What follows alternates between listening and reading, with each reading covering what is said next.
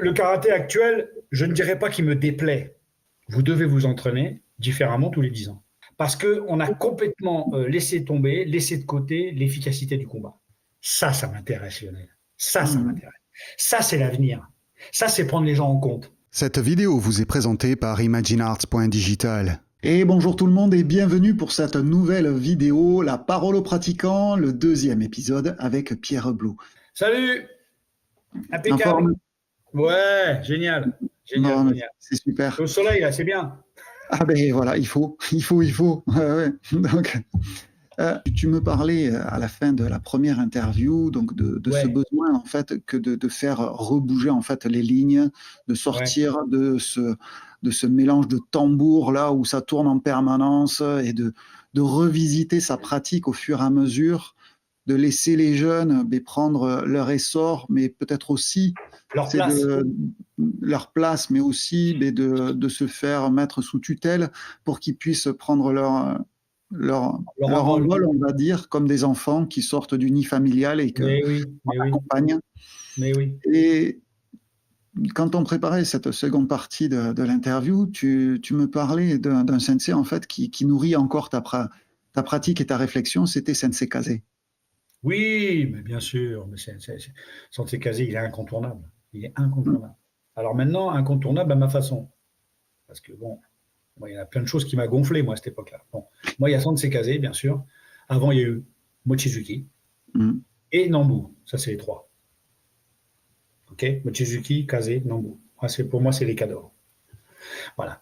Donc, si tu veux, moi, j'étais jeune. Et Sensei Kazé, j'ai fait beaucoup de stages. Nambu aussi, j'en ai fait un peu, mais pas autant, parce que c'était pas l'école Shotokan. Et Sensei Kazé, je me suis beaucoup entraîné. Alors, Sensei Kazé, moi, ça a été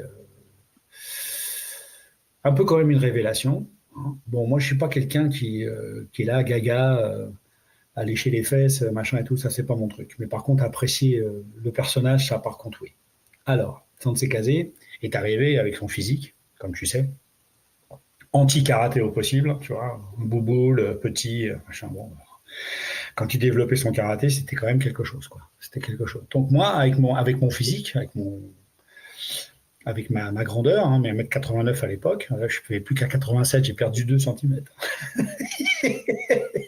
Donc, si tu veux, je voyais travailler ce mec, je dis, bon, moi, ça m'intéresse, quoi. Voilà, bon.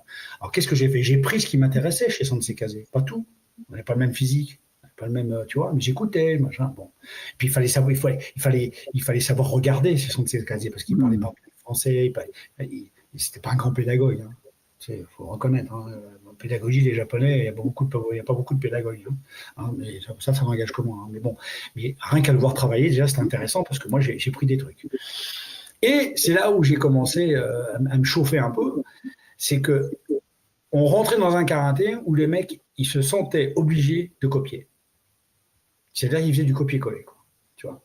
C'est-à-dire qu'ils ne se servaient pas de quelqu'un qui arrive en montrant une forme de karaté qui pourrait leur amener quelque chose, avec lequel ils devaient, si tu veux, travailler ce qui les intéressait et non pas faire du copier-coller quand tu n'as pas le même physique, le même tempérament, le même tout ça. D'accord? On est bien d'accord. Surtout que Sensei Kazé disait, vous devez vous entraîner différemment tous les 10 ans. Ça, c'est pas rentré. C'est rentré là, c'est pas sorti. Hein. Moi, je me rappelle très bien, tous les 10 ans, vous devez avoir un karaté différent. Pas beau, ça? C'est beau, ça. Magnifique. C'est une perpétuelle évolution. Exactement. Tu vois ce que je veux dire? Et tous les mecs qui étaient autour de lui à l'époque, là, tous les lèche-bottes, si tu veux, ils n'avaient pas compris ça. Ils faisaient du copier-coller, ils faisaient du Kazé, quoi. Mais l'autre, il n'était pas... Sensei Kazé n'était pas du tout là-dedans. C'est évident. Moi, il m'a connu très jeune. Je me dis, mais il m'a connu quand j'étais en FFK. Pas en FFJDA. J'étais en FFK, il m'a arbitré, moi. Et moi, je faisais mes cannes dans tous les sens. Il adorait ça. J'ai discuté plein de fois avec lui. Tu vois? Et pour la petite anecdote, donc, parce qu'il y a plein de gens, en fait, qui, pour eux, la FFK, c'est la fédération de karaté actuelle. Alors non. Oui, excuse-moi. Non, mais il y a des gens, en fait, ils ne sont pas au courant, en fait, parce qu'ils sont arrivés... De cette fédération dissidente de l'époque. Exactement. Ouais. Et en fait, c'est une fédération qui a été créée à l'époque d'un groupe, bon, je ne pourrais pas te dire exactement, parce que moi, j'étais jeune, hein, tu vois, mais à l'époque, il y avait toute la bande Shotokan, et Sensei Kazé était dedans, il y avait Marcel Lancino, tout ça, tous ces gens-là, tu vois. que les gens ne confondent pas, c'était une fédération qui était dissidente de la FFJDA, avec Delcourt à l'époque, et ils n'étaient pas d'accord avec le fonctionnement de la FFJDA, ils avaient monté donc une fédération dissidente, dans laquelle j'étais, parce que Georges y était. Donc nous, on était licenciés là-bas. Tu sais, moi, je ne me posais pas de questions, hein. Donc moi, je suivais, tu vois. Donc j'ai passé ma ceinture noire en FFKDA, moi. Tu vois. Et bon, c'était costaud d'ailleurs. Hein, putain. Et puis après, comment? Et après, tu as dû la repasser. Et après, je l'ai repassée en FFJ parce qu'elle n'était pas bonne. Elle dit non, ça va pas, il faut repasser. Hein. Donc j'ai repassé ma ceinture noire en FFJ. C'est une anecdote, hein. Mais ça remonte dans les années 70, 71, un truc comme ça, hein. 72, plus ou moins. C'était à peu près à l'époque des championnats du monde de 72. Voilà. Si, en parlant de ça, tu vois, donc tous les 10 ans, il y a ce renouveau, etc. Là, j'aimerais bien ton avis, ton point de vue. C'est quand tu regardes le karaté actuel, qu'est-ce qui te plaît et qu'est-ce qui te déplaît? Donc, parce qu'on peut pas dire qu'il y a que du bon ou que du mauvais, mais c'est vraiment bien sûr, c'est comme le yin-yang. Et c'est important, en fait, de. Tu veux dire, excuse-moi, est-ce que tu veux dire dans la compétition, dans la pratique ou dans l'enseignement? Dis-moi. Moi, c'est dans du global, en fait. Dans du global, j'ai du mal, en fait, à séparer, à cloisonner, en fait, les choses. Pour moi, le karaté, c'est plein de choses et tout en même temps. C'est de la compétition, c'est de l'enseignement pour ceux qui enseignent, c'est de la pratique, on va dire, classique que certains nomment traditionnelle. Peu importe, en fait, tout ça, en fait, fait partie de l'arbre, comme on parlait dans la première vidéo, de l'arbre karaté. Exact. Et moi, ma question, c'est surtout une question plus globale, généralisée. C'est qu'est-ce qui te plaît et te déplaît aujourd'hui? Alors, si tu veux, la question est vaste, hein. Mais, oui, je sais, si tu veux, le karaté actuel, je ne dirais pas qu'il me déplaît, mais il est devenu trop spécialisé. Si tu veux. Et on ne met plus suffisamment suffisamment en avant le fait que c'est un art de combat. L'aboutissement, c'est le combat. Et ça, depuis quelques années, depuis une bonne vingtaine, trentaine d'années, on a mis ça de côté. Alors, moi, si tu veux, je suis comme toi. Moi, j'aime bien le karaté global. C'est-à-dire que quand moi, les mecs font des katas, je trouve que les katas, c'est important, il faut les faire. Quand les mecs ils font du combat, le combat, c'est important, il faut le faire. Tu es enseignant, tu dois enseigner les deux. Tu ne dois pas enseigner ça plus ça ou ça plus ça. Non, tu dois enseigner les deux. Tu es enseignant, tu enseignes le karaté dans toute sa grandeur. On est bien d'accord. Et dans toute sa complexité. Alors, moi, je trouve que ça a pris, si tu veux, une filière un peu spécialisée. C'est-à-dire, moi, je suis par contre, si tu veux mon avis, hein, je suis contre les compétitions de kata. Les compétitions de kata, pour moi, c'est... On doit mettre ça au ministère de la Culture, hein, mais pas au karaté. Hein. Voilà, ça, c'est mon avis. Quand tu vois les bunkai d'après et tout, c'est la piste aux étoiles. Hein. C'est le cirque. On est bien d'accord. Moi, je vais les emmener dans la banlieue nord à Paris. Ok, on va se charcler un peu, comme moi j'ai fait quand j'étais jeune, hein, parce que j'y suis allé au carton. Ok, je vais les emmener. Bon, on va voir s'ils vont faire les bunkai de Coubertin. Tu vois, j'exagère, hein, exprès, hein, pour vous donner un peu une idée. Je suis pas contre eux, mais on parle de karaté machin, trop spécialisé. Tu vois. C'est-à-dire qu'en fait, quand tu rentres dans ce système-là, tu enseignes plus que ça. Parce que quand tu arrives à un niveau qui font de kata qui sont exceptionnels, tu es obligé de faire que ça. Pas possible. Tu comprends ce que je veux dire? Tu es obligé de faire que ça. C'est comme un mec qui fait que du combat, et puis en technique, après, le mec, il a quand même des lacunes parce qu'il a fait que ça. Tu vois ce que je veux dire? On est dans les deux extrêmes. Moi, je suis pour les deux. D'accord? Et pas se spécialiser forcément. Mais après, quand tu passes après dans l'enseignement, pour moi, un enseignant doit être capable de tout enseigner. Tu comprends? Aussi bien le combat, si le mec, ton élève, il a envie de faire une compétition, tu vas l'entraîner dans ce sens. S'il a envie de faire du kata, tu vas faire du kata. Mais le mec, il faut qu'ils aient les deux. Et moi, j'ai connu des mecs qui faisaient les deux. Je ne sais pas si tu te rappelles, mais je lui ai dit bonjour à Mohamed Katiri. Mohamed Katiri, c'est un mec qui a été champion dans les deux. Oui. Il était à mon séminaire la dernière fois. J'adore ce garçon. Puis je l'ai connu, il était ceinture marron. Mohamed Katiri, il a fait les compétitions de kata, il était champion, il a fait les championnats de combat, il était champion. Ça, c'est la classe. Il n'a pas eu beaucoup, hein. Je te le dis. Hein. Thierry Massy a fait un peu ça. Thierry Massy, je l'ai vu en compétition de kata. Moi. Tu vois? Et il n'y en a pas des tonnes, il n'y en a pas à l'appel. Hein. On est bien d'accord. Donc, tu Ah vois, oui. il faut redonner un petit peu à certains une certaine valeur de pratique. Alors, ce que je veux te dire, c'est que Berthier, forcément, Berthier, oui.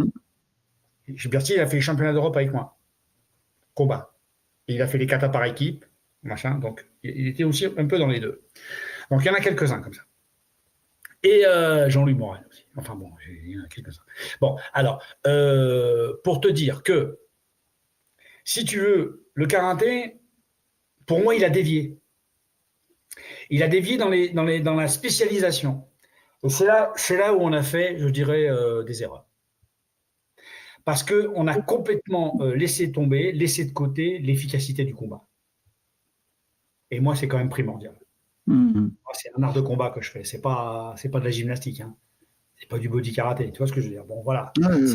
C'est quelque chose de bien précis. L'aboutissement, c'est l'affrontement. Dans un bon esprit, hein. Mais c'est l'affrontement.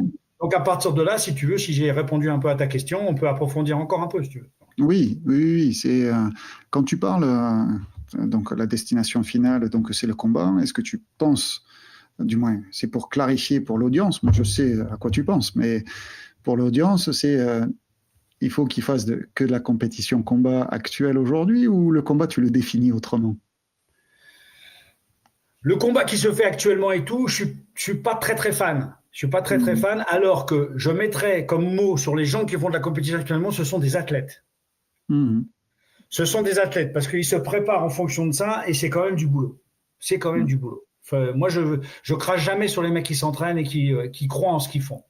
Alors après, moi, je suis d'une génération où la compétition n'était pas la même. Donc, est-ce que la comparaison va être bonne ou pas? Je ne me permettrai pas, si tu veux.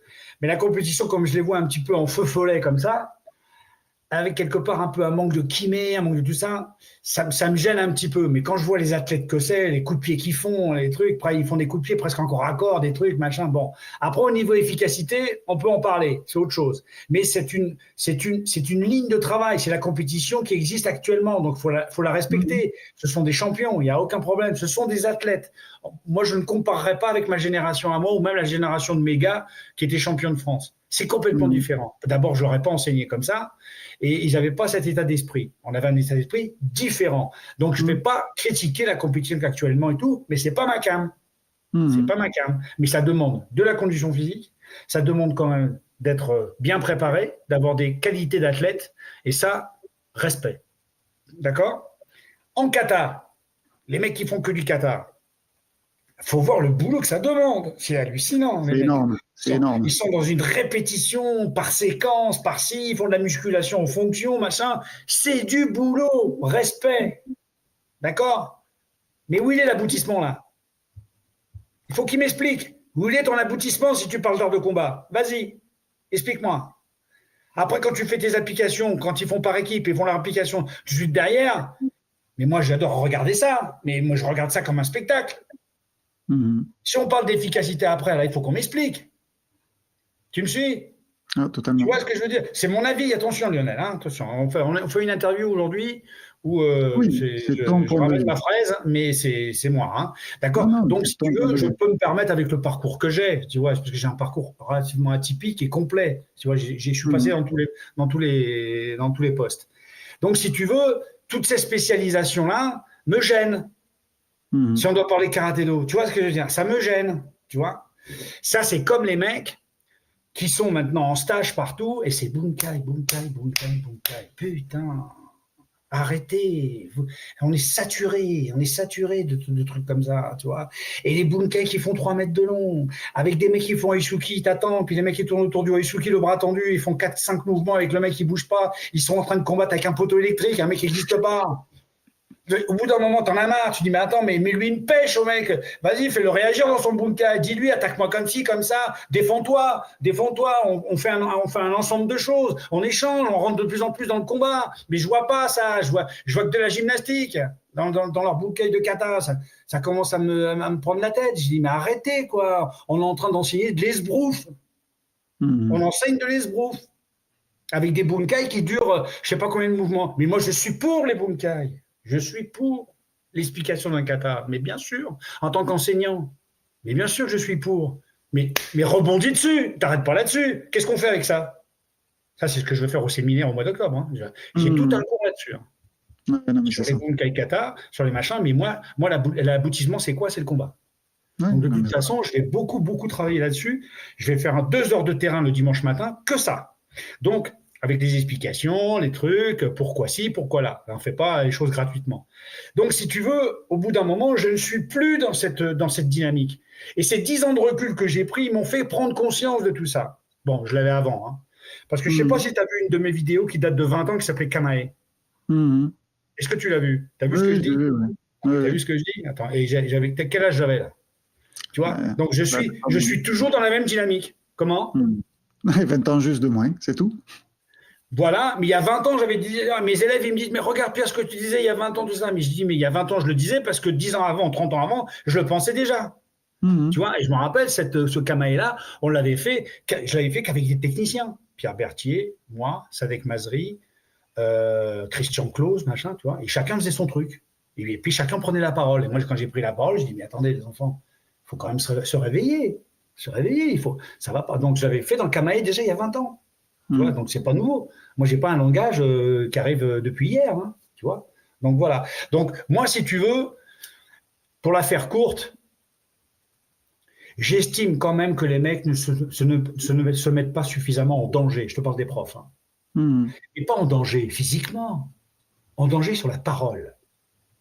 Dire que les gars, vous faites un art de combat. On est bien d'accord. Il ne s'agit pas de tricher. Il ne s'agit pas de prendre un partenaire qui va vous attaquer 7 fois sur 10, Oisuki. Il y en a marre. Sur Oisuki, moi j'ai envie de le supprimer tellement il me gonfle. On est bien d'accord? Oisuki, c'est efficace si tu l'habilles, si tu lui mets quelque chose dessus. Tu vois, mais Oisuki comme ça, tu vas aller dans la rue, tu vas attaquer Oisuki. Non mais on rêve. Tu vois ce que je veux dire? Au niveau de l'efficacité, c'est ça qui me tue. Alors les mecs, ils se font attaquer 7 fois sur 10. Alors tu m'attaques Oisuki. Mais non, mais attaque le Tate, attaque le Maoshitsuki, on va voir ce qu'il va faire. Tu vois ce que je veux dire? C'est là où ça devient intéressant, Lionel. Tu me suis? Tu vois ce que je veux dire? Moi, c'est mon avis, hein, toujours pareil. Hein, je m'engage avec mon caractère et ma grande gueule. Donc, si tu veux, au bout d'un moment, moi, ça me réveille, quoi. Ça me réveille. C'est pour ça que ce séminaire, il sert à ça. C'est pour ça que je ne veux pas appeler ça stage. J'en ai marre. Stage. Le mot stage, là, il me sort des yeux. Tu vois? Donc, c'est un séminaire pour essayer d'amener quelque chose à cette nouvelle génération. Pas montrer, expliquer. Ça va avoir lieu quand, ce séminaire? Alors, le séminaire, le deuxième là, je vais le faire le 17 et 18 octobre, samedi, dimanche, à Châtenay-Malabry. Okay. Alors, je le fais une deuxième fois parce que le premier est quand même... Oui. Non, je disais, je vais mettre les informations dessous après pour ceux qui veulent avoir des informations. Ouais, c'est un week-end, hein, 17-18, c'est le week-end du 17-18. Enfin, si ma mémoire est bonne, c'est pas 16-10, non, c'est 17-18. 17-18, donc à Châtenay-Malabry, samedi matin, dimanche matin, samedi après-midi, dimanche matin, avec à chaque fois 1 heure de débat et 2 heures de terrain. Et moi, après toi, la semaine prochaine, je vais faire une vidéo sur Facebook où je vais expliquer encore un peu plus, mais on peut en parler aussi là. Mais bon, pour en revenir à ça, je veux, moi, ce qui m'intéresse, c'est de sortir de ça, quoi. Parce que là, on est rentré dans une lessiveuse et on est en train, avec cette forme de karaté qui est enseignée dans les stages, dans les clubs, mais surtout dans les stages, les mecs, ils enseignent que ça, et bunkai ici, et bunkai, ils n'envoient que ça. Alors oui, ça reste important, parce que pour moi, ça reste un exercice. Ça reste un exercice. Ce n'est pas une finalité. Et la finalité, dans les gens qui enseignent tout ça dans les stages matin, on ne la voit jamais. Ils font l'enchaînement. Allez les gars, au travail. Hein. Et les mecs, ils font du copier-coller. Ils répètent ce qu'ils font. Hein. On les met même pas en posture, en situation de dire, tiens, vous allez me trouver un bunkai et vous allez me le montrer à moi après. Ça m'intéresse plus. Ah oui, mais là, on est dans le socio-constructivisme. Et puis bon, les gens, il faut qu'ils soient déjà formés à ça, à cette pédagogie. Et c'est tout le problème. C'est que les gens ne savent pas forcément que ça existe. Eh ben, ça existe parce que moi, je l'ai fait au séminaire l'année dernière et je vais le refaire là. Et je peux te dire que les mecs, ils avaient la banane. Hein. Parce que moi, je leur dis, mais attendez, on n'est pas là pour vous juger. Hein. Pas du tout. Hein. Personne ne se juge ici. Hein. Personne. Par contre, on va essayer de voir le karaté un peu différemment. Surtout, je parle pour les enseignants, et puis surtout les gradés pour qu'ils puissent avoir une autre possibilité de s'entraîner et de pratiquer. Toujours avec des objectifs différents. Tu vois ce que je veux dire? Je te donne un exemple. Tu veux que je te donne un exemple, Lionel? Bien sûr. Je suis en train de travailler actuellement pour le séminaire Un kata qui s'appelle Heian Yodan, que tu connais. Un petit peu, oui. Voilà. Donc, je l'avais fait un petit peu au séminaire l'année dernière avec Taikyoku. Bon, là, j'ai pris Heian Yodan et je me suis mis moi-même dans le merdier. Alors, j'ai pris Yodan et j'ai pris tout le diagramme. D'accord? J'ai pris le diagramme d'Heian Yodan. En expliquant bien qu'attention, en faisant cet exercice, il n'est pas question de retirer le Heian Yodan officiel, parce qu'on doit toujours le travailler, bien sûr. Ça fait partie des codes du karaté Shotokan. Donc, ce Heian Yodan, je l'ai pris, j'ai pris le diagramme et j'ai dit maintenant, je vais changer toutes les techniques qu'il y a dessus. D'accord? Et je vais mettre des postures intermédiaires. Qui va permettre, ça normalement je vais le faire au cours Axé les débutants samedi matin. Toi, je dévoile un peu les trucs là. Hein. Je devrais pas parce qu'on va me pomper. Ouais, mais Je déconne. Alors, je prends le diagramme et je change les techniques. Toutes les techniques. Hein. Et par exemple, quand on démarre le Yodan, comme tu le sais, on démarre sur le Kokutsu à gauche. On est bien d'accord? Bon, par exemple, moi, pour déjà, en petite ceinture, ça va faire 2 points en 1. C'est-à-dire que je démarre Nekohashi, je termine Kokutsu. Donc, ça veut dire que dans ce travail, ils encaissent déjà, si tu veux, ils apprennent déjà 2 postures. Le Nekohashi et le Kokutsu, dans un diagramme de kata. On est bien d'accord? Et là-dessus, on met des techniques nouvelles. Les bras, c'est plus les mêmes. On pivote. Le Kokutsu d'après, on se met début Neko, on termine Kokutsu. D'autres techniques, et ainsi de suite. Et moi, je me suis mis dans cette posture. Alors, Lionel, le fait de me mettre dans cette posture et de réinventer le kata, j'étais dans la merde. Parce qu'il a fallu que je refasse tout travailler la mémoire, parce que forcément, j'ai tellement répété le Yodan officiellement, qu'à chaque fois, c'est ça qui revenait. Tu vois la sclérose? Tu me suis? Voilà, sur le plan pédagogique. Hein. Là, on est sur le plan pédagogique. Tu vois? C'est-à-dire que je me suis mis en danger. C'est-à-dire que le kata, je l'ai transformé de manière à mieux faire celui qui est officiel. C'est-à-dire que quand j'ai fait tout ça et que je refais Yodan normalement, je ne te dis pas comment je suis à l'aise. Tu me suis? Bien sûr. Donc, c'est un exemple pédagogique que je te donne, que je vais donc développer avec d'autres katas, d'autres machins et tout. C'était juste pour te donner un petit exemple. Donc ça veut dire que quoi? Ça veut dire que tu te remets en question, là. Bien sûr. Tu sors des sentiers battus. Tu fais une recherche pédagogique. Toujours dans le même but, de progresser et de ne pas faire abstraction à la tradition. C'est ça. Voilà mon idée. C'était l'exemple que je voulais te donner. Voilà. Non, mais c'est très bien. Parce que, tu vois, je vais même aller plus loin par rapport à ce que tu dis. Tu vois, donc, oui. Parce que moi, ça me parle beaucoup. Et donc là, tu es en train de travailler dans les intervalles. Oui. Voilà. Donc, on ne travaille pas des photos, comme si on passe d'une photo A à photo B. Exact. Mais on travaille vraiment dans les intervalles. Et quand on travaille, que ce soit dans le combat, dans la self, etc., tout se joue dans les intervalles, comme tu disais quand tu combattais, etc. Tout se joue dans le temps, dans les intervalles. Et si on ne travaille pas dans les intervalles, on est, on va dire, en harmonie avec l'autre et celui qui nous attaque. Donc, soit il est complaisant, ou alors on est hors temps. Et j'aime beaucoup ce côté, voilà, c'est d'amener par le kata les intervalles. Hein. Je trouve ça très, très intelligent. Absolument. Et, enfin non, je ne vais pas me dire que je suis intelligent, mais ce que je veux te dire, c'est que cette façon de faire, puisque moi je vais le mettre, si tu veux, dans l'évolution débutant, ce que j'appelle moi débutant, jaune, orange, vert, tout ça.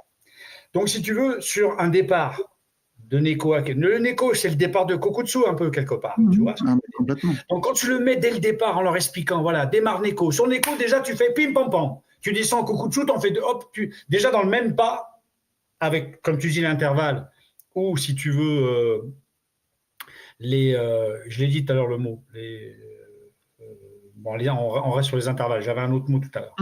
Si tu veux, tu intègres, si tu veux, le fait que dans un cours, ils voient déjà 2 postures via les katas. Donc c'est intéressant, parce que les gars, quand tu vas leur parler de Nekohashi après, ils vont comprendre ce que c'est. Même si tu le sors et tu fais travailler que Neko, tu vois, ou travailler que Kokutsu. C'est une bonne initiation à la posture. Tu vois ce que je veux dire? Et tu vas en retrouver après, tu vas en retrouver avec le Zenkucho, le Kibadachi, tout ce que tu veux. Tu peux après trouver plein de trucs, de manière à ce que la pédagogie débutante, on en revient toujours au même point, intéresser les jeunes d'une manière plus rapide, parce qu'ils sont loin d'être bêtes, les jeunes maintenant, ils comprennent vite. Et il faut prendre en compte que l'intelligence des mômes maintenant, je veux dire, ça démarre à 200 à l'heure. Donc si ta pédagogie ne va pas avec et que tu restes encore dans les années 70-80, tu es hors circuit. Donc il faut se donner la possibilité, tu veux, de rechercher seul. C'est-à-dire qu'un mec de 4e, 5e dan, comme je vais avoir au séminaire et des profs, je dis les gars, vous n'avez plus besoin de personne au niveau que vous avez. Si vous avez un niveau de 5e dan, qu'est-ce que vous allez chercher? Quelqu'un qui va vous apprendre un bunkai que vous allez répéter, machin. Mais la progression, elle est en vous, la progression. Elle est en vous. C'est-à-dire qu'il faut, après, se mettre dans des situations de recherche. Vous avez le niveau pour ça. Vous avez besoin de personne. Ni moi, ni Tintin, ni personne. Alors, de temps en temps, faire un stage, parce que socialement, c'est important. On rencontre des gens, on discute, machin et tout. Mais le travail, c'est vous. Vous avez travaillé toutes ces années, 30 ans, 35 ans et tout de karaté, pour aller encore chercher un gourou, pour vous expliquer comment on fait un kokutsu, ou un bunkai. Le bunkai, tu le trouves tout seul, tes 5e dan, tu le trouves tout seul. Si tu cherches un peu, si tu te donnes les moyens. Moi, c'est ce que j'ai fait. Voilà, c'est tout. Ouais, souvent, ce qui manque, c'est ton autonomie. Non, ouais, voilà, c'est le moyen, en fait, c'est l'outil de découverte et de recherche. Et souvent, parce que l'élève, il est tellement, en fait, soumis à juste, je prends ce que le sensei fait, donc en démonstration, on va dire, magistrale, je prends, je copie, je répète. Et comme pendant toute sa pratique, il a toujours fait ça, en fait, il n'a jamais travaillé en fait sa réflexion et de pourquoi je fais ça et comment je le fais. Est-ce que je me mets dans le temps? Est-ce que je suis en danger? Est-ce que c'est pour moi? Ouais. Est-ce que c'est pour moi? Oui, tout simplement. Est-ce que j'ai les compétences pour y arriver? C'est plein de choses. Et ça, on en crève. Donc c'est pour ça que je te dis qu'au bout d'un moment, quand tu rentres dans cette forme de travail, qui pour certains est un fonds de commerce, c'est un fonds de commerce, hein. Faut pas se la jouer, hein. On est bien d'accord. Hein. C'est un fonds de commerce, ils ne vont pas sortir de là. Parce qu'eux-mêmes, ils ne se remettent pas en question. Ils se remettront en question que quoi? Que dans leur moyen de confort. Tu vois ce que je veux dire? Okay, si tu les sors dans un mode de confort, ben, ça ne va plus, parce qu'ils ne sont plus dans ce qu'ils enseignent en permanence. Parce qu'ils estiment qu'ils sont, entre guillemets, dans la vérité. Et comme ils ont du monde dans leur stage, c'est ça, c'est pas autrement. Mais les mecs qui vont dans des stages comme ça, généralement, ce sont des gens qui ont déjà un certain âge, qui ont une forme de karaté, comme tu disais à l'instant, qui ne change pas. Donc, ils vont dans les stages pour retrouver ce qu'ils aiment et ce qu'on leur a toujours montré. T'as compris? Et moi, je me suis trouvé confronté à ça, parce que moi, pourquoi je suis venu au séminaire? Mais c'est tout à fait par hasard, une fois de plus. Je suis parti 10 ans, moi. J'ai dit, moi, ça y est, c'est réglé, le karaté. Moi, le karaté, c'est mon jardin. Hein. Moi, c'est mes voyages, Amérique du Sud, Asie, Australie. Moi, je vis ma vie. Hein. Moi, karaté, c'est ma passion. Mais la vie, c'est pas que ça non plus. Hein. Oh, ça va, sinon, ça serait un peu pas de plafond. Hein. Tu vois ce que je veux dire? Bon, alors, le problème, il est que moi, j'ai un de mes élèves qui est en Dordogne, que j'ai formé complètement. Alors, quand on était à Paris, il est parti en Dordogne et tout. Il est responsable de l'école des cadres. D'accord? Il m'appelle. Ah, Pierrot, c'est Luc. Je dis, oh, comment tu vas, Luc? Ça va bien? Et toi, alors, machin. Il me dit, ouais, écoute, je t'appelle. Je suis responsable de l'école des cadres et tout, en Dordogne et tout. Je dis, ah, c'est vachement bien, c'est super. Il me dit, ouais, Pierrot, mais je tourne en rond. Je dis, comment ça, tu tournes en rond? Il me dit, ouais, je tourne en rond. Ça va pas. Écoute, franchement, ce que tu nous as enseigné, tout ça, je suis arrivé à un moment là où je sature. Je trouve plus rien. Ça va pas. Je tourne comme une lessiveuse. Je dis, ah bon? On a parlé un peu. Ah, mais je veux que tu viennes faire un stage chez moi. Tout ça. J'écoute, Luc, je fais plus de stage. Je fais plus de stage. Ah ouais, bah non, tu peux pas nous laisser comme ça, machin, truc. J'ai dit, attends, je suis plus dans le circuit, machin, truc. Il m'a tellement pris la tête, enfin gentiment, hein, bien sûr. J'ai dit, écoute, bon, t'es un de mes élèves, c'est toi, machin, bon, je viens. J'ai dit, mais attention, hein, Luc, hein, c'est plus le karaté que t'as connu il y a 15 ans hein, que je fais, hein. C'est plus ça, hein. Il me dit, mais justement, il me dit, c'est ce que je veux, machin, truc. Bon, j'ai dit, ok. Mes élèves de Paris l'ont su. Allez, monte à Paris, prends un minibus, je descends avec eux en Dordogne. On fait un petit stage, 40, 45 mecs, des profs et tout. Ici, bon, super bien reçu, gentil. Machin. Et je commence à leur faire un karaté. Pas un kokutsu, pas un zenkutsu, que debout. Voilà. Avec la forme de respiration, ancrée au sol, debout, technique courte, tate, oura, machin, technique courte, enfin tout. J'en faisais ça, les désaxés, pivots, machin, tout. Et les mecs, avec les yeux comme ça, et les mecs, ils étaient à la ramasse. Quand je dis à la ramasse, j'exagère, mais ils découvraient. Moi, en tant que psychologue, en tant que prof depuis des années, machin, je le vois bien. Et je suis rentré dans le jeu, c'est-à-dire que je les ai mis en confiance. J'ai dit attention, on est en train de revoir des choses qu'on a mis un peu de côté, ben, ça fait du bien de les revoir. Je leur explique tout ça, tu vois. Donc j'ai fait tout le stage comme ça, très sympa. Hein. On remonte à Paris pour que moi je prenne le train, machin, et dans le minibus, mes élèves, ils m'ont fait une tête comme ça. Ouais, t'as vu, et machin, Pierrot, faut trouver une solution, ouais, machin, il faut qu'on ait l'habitude aussi, nous aussi, de revisiter, machin, tout. Écoute, moi je vous ai donné quand même un enseignement où quand même, quelque part, je vous ai toujours dit de chercher. Alors cherchez. Ouais, mais bon, c'est compliqué. Hein, bon. Ah, il me dit, il faut qu'on fasse quelque chose. Je dis, bon, écoutez, j'y réfléchirai, je vous dirai ce qu'on peut faire, tout ça. Et je suis venu, forcément, Lionel, à l'histoire du séminaire. Alors, je leur ai dit, les gars, voilà ce qu'on va faire. On va monter un séminaire. Je ne veux pas parler de stage. Hein. Je dis, moi, je ne fais pas de stage. Je ne veux pas me mettre au milieu et faire le guignol pendant 1h30, à faire des applications, puis dire, les gars, allez au travail, c'est à vous, machin. Moi, ça c'est terminé. Okay, j'ai plus l'âge pour ça, et puis il y a des gugus pour le faire. Bon, ok, alors, bon, moi, ce que je veux faire, c'est un séminaire. Et là, on est rentré dans l'explication que je voulais faire, c'est-à-dire renverser la pédagogie. C'est-à-dire que moi, j'arrive avec des clés, comme on disait tout à l'heure Lionel, j'arrive avec des clés, je leur donne les clés. Je leur dis, écoutez les gars, voilà, moi, je vous montre 2-3 bricoles pour vous donner un petit peu l'étincelle, je vous donne mes clés. C'est pour ça que je leur demande de prendre de quoi noter, tu vois. Ils viennent.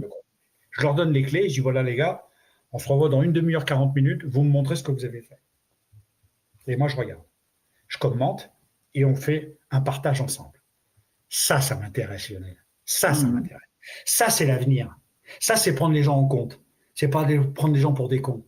C'est les mettre dans une situation où ils vont être dans la merde. Oui, mais c'est la merde qui te fait évoluer.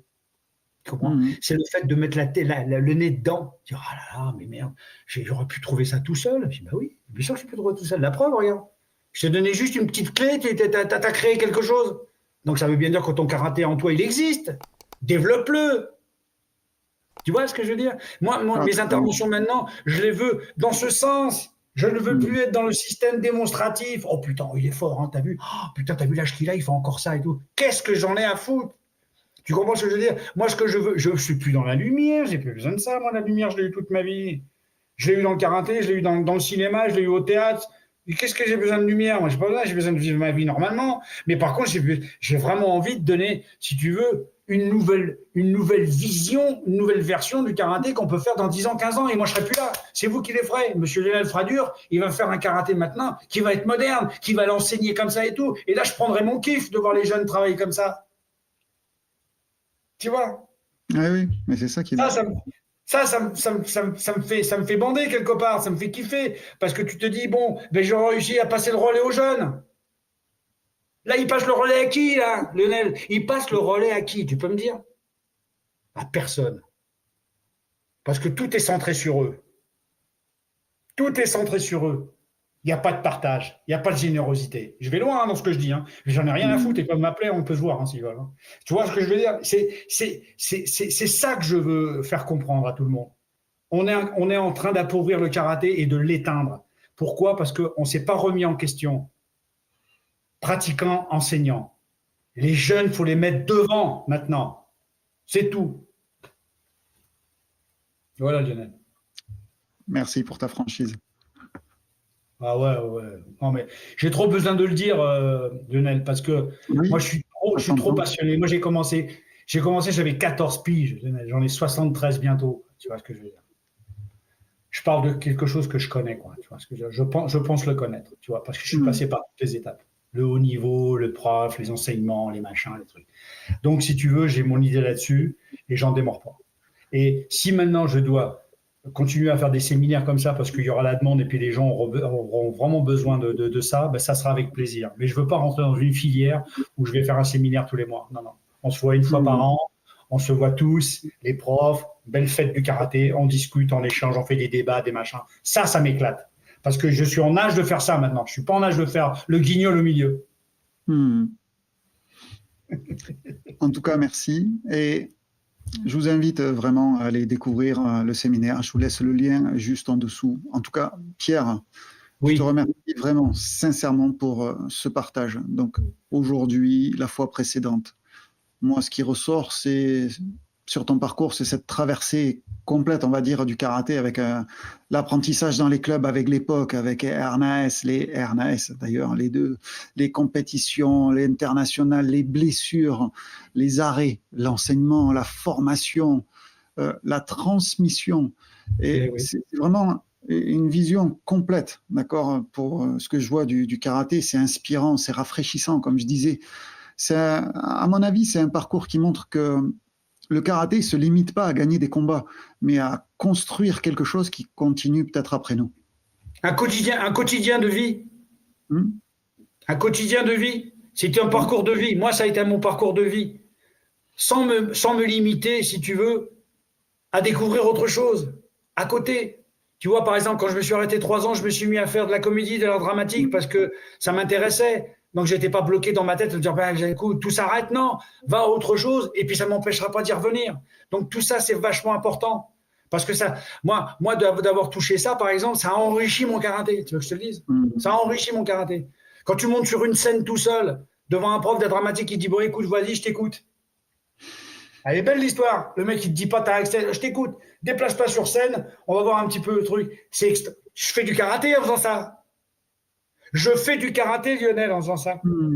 À l'époque où je l'ai fait. C'est extraordinaire. Extraordinaire. Voilà. Quelle est votre vision? Qu'est-ce que vous en avez pensé de cette interview? Qu'est-ce qui en ressort? Qu'est-ce qui vous a marqué? Voilà, n'hésitez pas, le débat est ouvert et on y va, on continue à se mettre dans des situations pour pouvoir évoluer. Merci Pierre. Merci Lionel, toi. Merci à toi.